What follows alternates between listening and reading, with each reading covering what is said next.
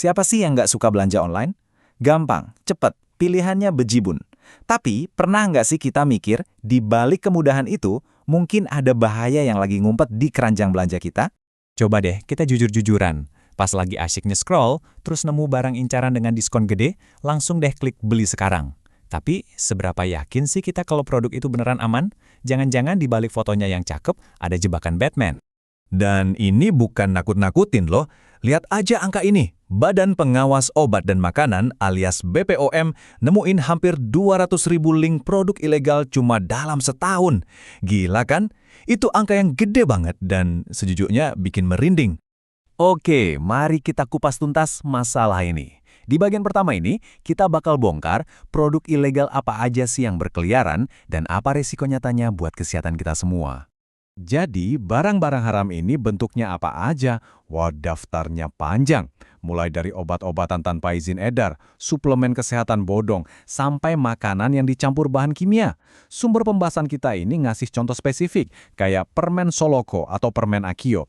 Kelihatannya sih kayak permen herbal biasa buat stamina, padahal isinya itu bahan kimia obat keras. Bahaya banget. Nah, ini dia nih, biang keroknya. Istilah yang harus kita tahu.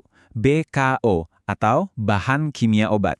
Gampangnya gini, bayangin kamu beli suplemen herbal biar sehat, ternyata di dalamnya diem-diem dicampur obat kimia dosis tinggi. Itulah BKO, bahan medis aktif yang diselundupkan ke produk yang ngakunya alami. Dan efeknya tuh bukan kaleng-kaleng.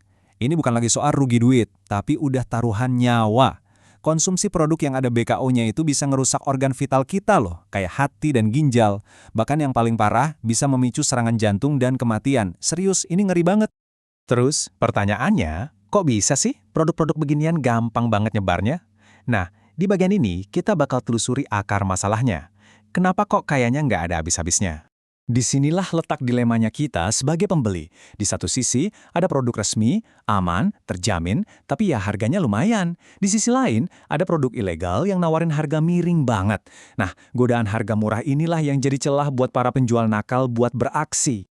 Masalah ini tuh ibarat perfect storm, kombinasi dari banyak hal. Di platform online, siapa aja bisa jadi penjual, bahkan gampang banget bikin akun palsu biar nggak kelacak. Terus, banyak dari kita juga yang mungkin belum terlalu paham gimana cara ngecek produk itu aman atau enggak. Tambah lagi kondisi ekonomi yang kadang bikin kita lebih mentingin harga murah. Klop sudah, penjual cari untung, kita cari murah, ujung-ujungnya keselamatan dikesampingkan. Menurut analisis di sumber yang kita bedah, akar masalahnya itu lebih dalam dari sekedar penjual nakal. Fenomena ini dilihat sebagai gejala dari sebuah sistem yang menempatkan keuntungan di atas segalanya.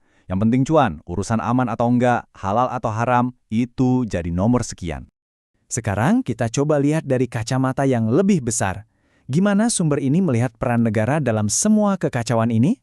Apakah pengawasannya udah maksimal atau jangan-jangan ada yang salah dari pendekatannya?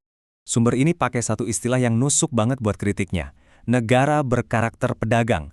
Maksudnya apa? Coba bayangin, kalau negara mikirnya kayak pedagang, yang paling penting itu apa? Tentu aja transaksi lancar, ekonomi muter terus, barang keluar masuk tanpa hambatan. Nah, perlindungan konsumen bisa jadi itu bukan prioritas utama. Argumen ini bukan cuma asumsi loh, sumber ini ngasih dua contoh kebijakan. Pertama, Project S TikTok yang katanya jadi karpet merah buat produk impor populer buat langsung masuk pasar lokal. Kedua, Permendak 8 2024 yang intinya melonggarkan aturan impor. Menurut sumber ini, dua kebijakan itu nunjukin kalau prioritasnya memang lebih ke pertumbuhan ekonomi, bukan perlindungan konsumen. Jadi kesimpulan dari argumen ini simple, masalahnya itu ada di sistemnya, bukan cuma soal razia atau tangkap-tangkapan. Selama sistem yang berjalan itu masih kapitalistik yang ngejar profit, ya menurut sumber ini, celah buat produk-produk ilegal itu bakal selalu ada dan dimanfaatin. Tapi setelah ngasih kritik yang tajam, sumber ini nggak cuma berhenti di situ.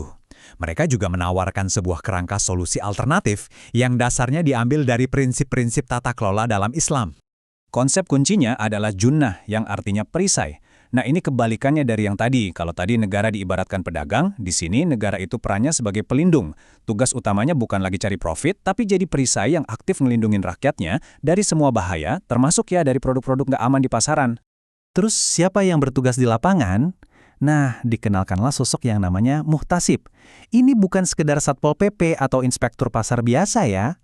Bayangin aja, ada hakim pasar yang punya wewenang buat sidak kapan aja, ngecek kualitas, dan kalau nemu ada yang curang, bisa langsung ngasih sanksi di tempat saat itu juga.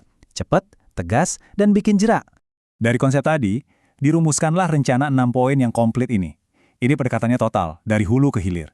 Mulai dari regulasi super ketat buat industri, pengawasan langsung oleh muhtasib di pasar, edukasi ke masyarakat sejak dini, penegakan aturan tanpa pandang bulu, ngajak masyarakat ikut ngawasin, sampai sanksi yang benar-benar berat biar nggak ada yang berani coba-coba lagi. Oke, kita sampai di bagian penutup. Pada akhirnya, semua argumen yang dipaparkan sumber ini membawa kita ke satu titik, perbandingan antara dua sistem yang filosofinya beda 180 derajat.